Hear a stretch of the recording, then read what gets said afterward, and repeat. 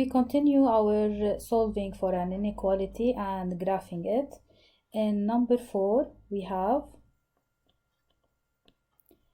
minus 9 is less than or equal to minus 6 plus d over 2.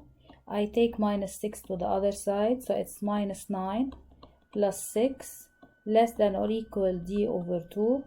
So minus 3 is less than or equal to d over 2. I multiply the inequality by the positive 2 in order to get rid of the 2 in the denominator. So minus 6 is less than or equal to d. So you can write it as, read it from here, d is greater or equal to minus 6.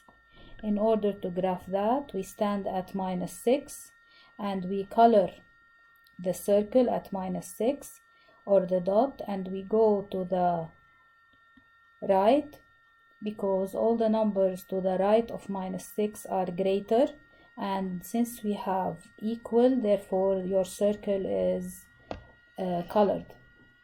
In this part number 5, I take the 2 to the other side, so it's minus 10 minus 2 greater or equal to x over 4. So minus 12 greater or equal to x over 4. I multiply to get rid of the 4. I multiply both sides, and 4 is positive, so you don't need to change the order. So you have minus 48 greater or equal to x.